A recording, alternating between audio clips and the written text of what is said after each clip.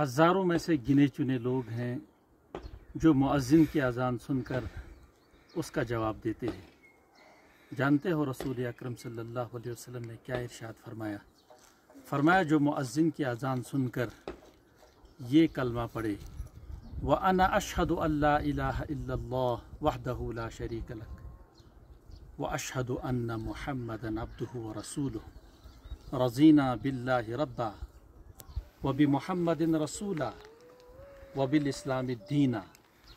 اور میں نے بھی گواہی دی، میں بھی گواہی دیتا ہوں اللہ معبود برحق ہے، اس کے سوا کوئی شریک نہیں، حضرت محمد صلی اللہ علیہ وسلم اللہ کے رسول ہیں، اور میں اللہ کے رب ہونے پر راضی ہوں، حضرت محمد صلی اللہ علیہ وسلم کے نبی ہونے پر راضی ہوں، اور اسلام کے دین ہونے پر راضی ہوں۔